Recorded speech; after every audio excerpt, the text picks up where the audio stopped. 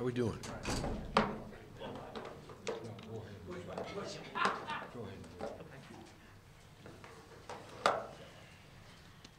Happy Labor Day.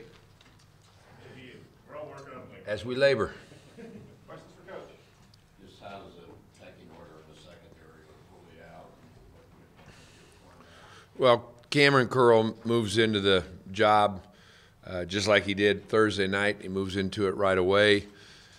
But there'll be an ongoing competition and a rotation amongst all four corners that the remaining four corners that played. You got Tolliver on the right side. You got Brito, who can play either side. You got Curl, and you got Chevin Callaway. And all four of those guys will be in a rotation and will continue to see the field.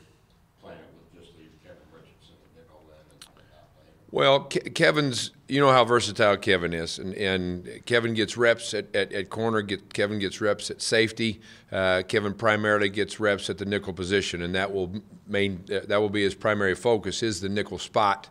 But Kevin is always available to play any of those spots we need him at. What were your overall takeaways in terms of meeting game goals and things like that? Great first game, and I was candid about that with the kids, and same with you. We came out, and our first desire is to play hard and play fast, and we believe our kids did that. We want to be a smart defensive football team, and we were that. We had very limited number of busts. We want to be a great tackling defensive football team, and we were that Thursday night. So you hit on those things right away. You got a chance to play good defense. We limited big plays, which is another key statistic in determining winning and losing, and how many points you're going to give up in a football game. So coming right out of the chute, how we graded out in the opener was very favorable. How big of a challenge is it for a true freshman to potentially make his first start against a team like TCU? Well, that's a huge challenge, no matter who you're playing. But TCU certainly, compounds that with him. I believe, and I've always believed this, the further away you are from the football, the easier it is to play at a younger age. And the reason I believe that is the closer you are, the faster things happen, and the harder you're getting hit in the mouth every single play. And when you're out in space and you can utilize your athleticism, I think you have a better chance. And Cameron and Chevin, and really you can throw Brito in that mix. He has not played many snaps of football at this level. Matter of fact, he's played less than Cameron has at this level. So I think all those guys have a big challenge ahead of them this Saturday and beyond. What has Curl done where you put him in first, and just as far as his camp in general? He's a very mature young man, and along with that maturity comes a seriousness. He's an intelligent football player. He's picked up very quickly on what we're doing and how to accomplish it. He recognizes his strengths and weaknesses and plays to them. He's a good tackler. He's a physical player, and he's a good tackler because of that combination. Those things all allowed him to rise to the top, and not that there's significant separation between him and the next guys, but enough to give him the nod. So just the scouting report on those guys, looks like they really attack the edges, and they're quick, and they went up tempo a lot. They're quick and fast, extremely fast, and I don't know if I've ever seen a football team put the sheer number of guys on the field that could just flat out fly like I saw with them Saturday night.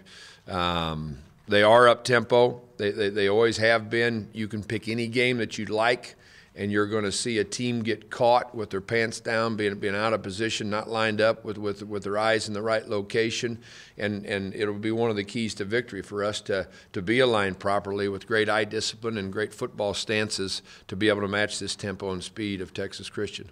Kenny Hill had a lot of success scrambling last year in the game. What are the keys to limiting that? Well, disciplined football with the edge of your defense, first of all, in both the run and the pass game. I wish it was that easy in the pass game that with 4 guys rushing or 3 guys rushing or 5 guys rushing with the space that you're talking about, that you could just say we've eliminated the scramble of this player. It just doesn't work that way. As plays develop, gaps are going to open up, and at some point he's going to take advantage of that. We got to retrace our steps as rushers. We've got to come out of coverage at the appropriate time as pass defenders, and hopefully limit the big plays that could be gained through that. Just what's your take on Hill? He's a fifth-year guy. I think he's a quality football player. He's got an accurate arm. He's got an arm that possesses great velocity. I think he's a proven winner. He can do it with his feet as well as with his arm. As they've undergone a transition of play callers and so forth, obviously he still has the confidence of all those people to be in the starting role. He just led his team to a lot of points and a nice victory. So a great amount of respect for Mr. Hill. You faced Patterson a lot when you were at Iowa State. Mm-hmm. I guess this was his past season was his 3rd losing season ever there, but every year they've lost. They've come back real big the next year. What do you think that says about it? Well, Gary's a tremendous football coach, and you know, to last as long as he has at one place, speaks volumes for what he's accomplished there, both with his staff and with all those teams. I think it's hard to do that this day and age. I think their staleness isn't the right word, but staff and players, administration and fans, and to have the endured success that he has, speaks highly of his ability to lead and teach and coach. Doesn't surprise me that would be a mark that if they've had a down year that they've come back. He's a very dedicated coach and demands the same of his staff. Paul, you don't play against their defense, but I would assume through the years you've seen Mm-hmm. recruits and the way he gravitates towards speed. Maybe not the biggest guys.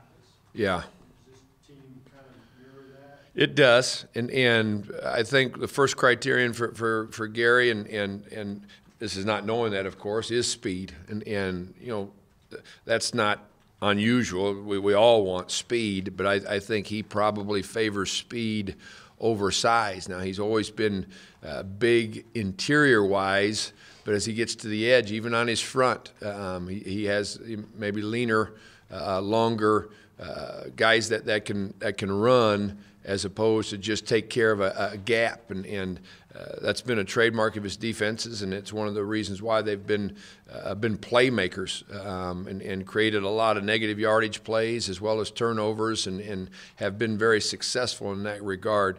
He's a guy, and another, this is not unusual, but he really believes in taking offensive skill players and placing them on the defensive side of the ball, maybe even more than I would. There's always an unknown when you don't see a guy playing the game backwards. He's always playing the game forwards, that you're not sure of whether he can truly do that or not. But he's had great success, whether it's quarterbacks or running backs, taking offensive skill players and turning them into great defensive players. With Turpin and the freshman Snell, there's another dimension in that they're so short. They can come popping out behind that line. How does that element play into the game? It's a big element. I'll go back to 1995, 1996. You remember those years, Bob, right? Okay. Troy Davis,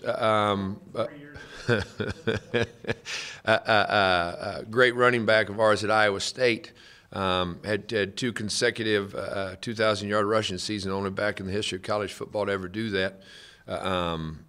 One of the reasons he had that success, you heard week after week after week, is people couldn't find him. He was behind a massive offensive line, and all of a sudden he'd pop through, and it was too late. And the same could be said about all those guys you just mentioned, not only those 2, but a number of guys. And by design of their offense, with the sweep stuff that's gained and then the zone stuff that's inside, very easy to lose guys. I made the comment Thursday night in our game, just because the angle we had in the sideline a couple of times, you lost the FAMU ball carriers. And I think in this defense, with everything that we have in the middle of it, okay, that adds to that. Yeah, Andre, he had a kind of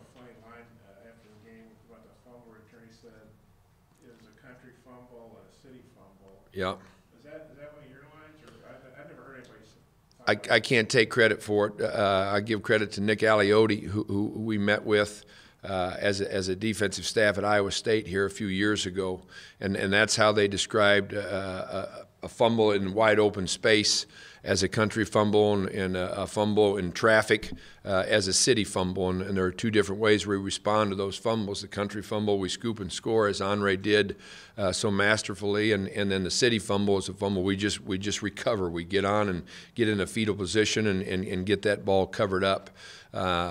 It's phrases like that in coaching that make immediate sense to players that I love. I love to use, and you know, obviously when a kid's repeating it, he understands it very thoroughly. And what was it like being back down the sideline for you?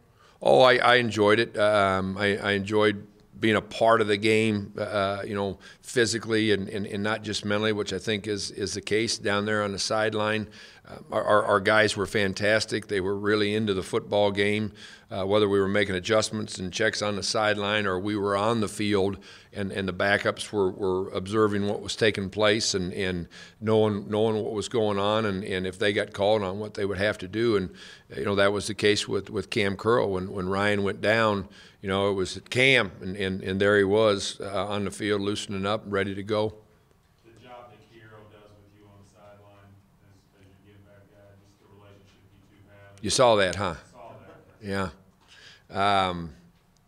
I realized a couple weeks before the season that I was going to need assistance in remaining on the sideline, just out of excitability, and so I asked him to help me out, and he made sure to remind me at one point that was him pulling on me constantly, and that's great. We did get a penalty on Thursday night, and we're very displeased that took place. But that's in an attempt that we don't get one of those, and certainly don't get another one.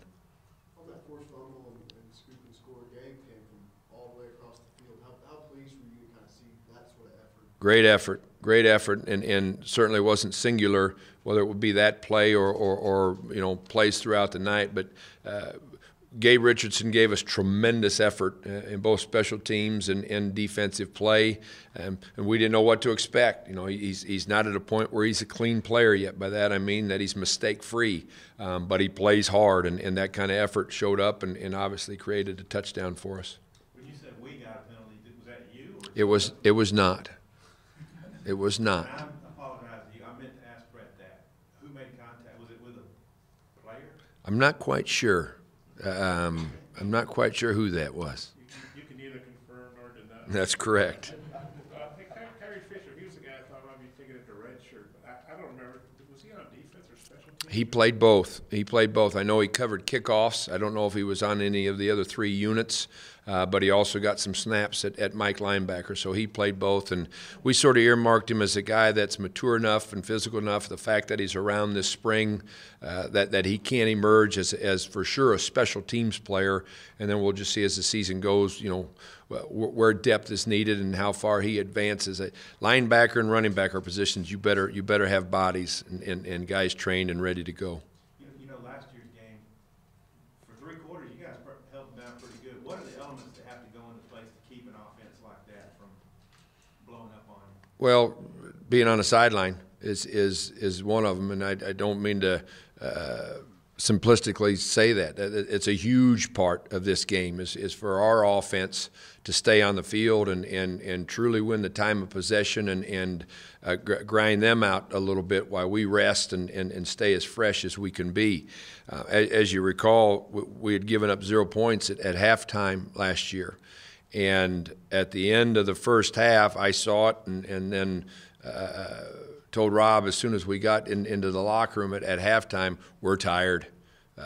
We will not play nearly as well the second half as we did the first half because we just started to get gassed there at the end. So when you have 4 corners, you got to be prepared to play 4 corners. When you have multiple safeties, you better be able to play multiple safeties, and that's true at everywhere. So we'd like to play a lot of guys, stay fresh that way, and stay on the sideline as much as our offense allows us to.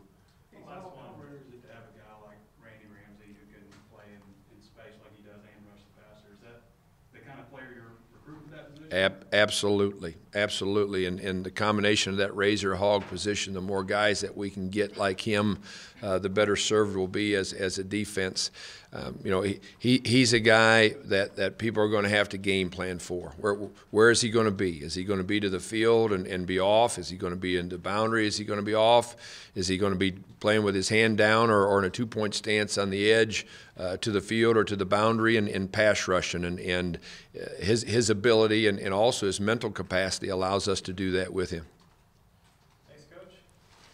Thank you. Hey, so if Des Moines was a city football like in Iowa, what would be a country football? What town would that be? Colo. I thought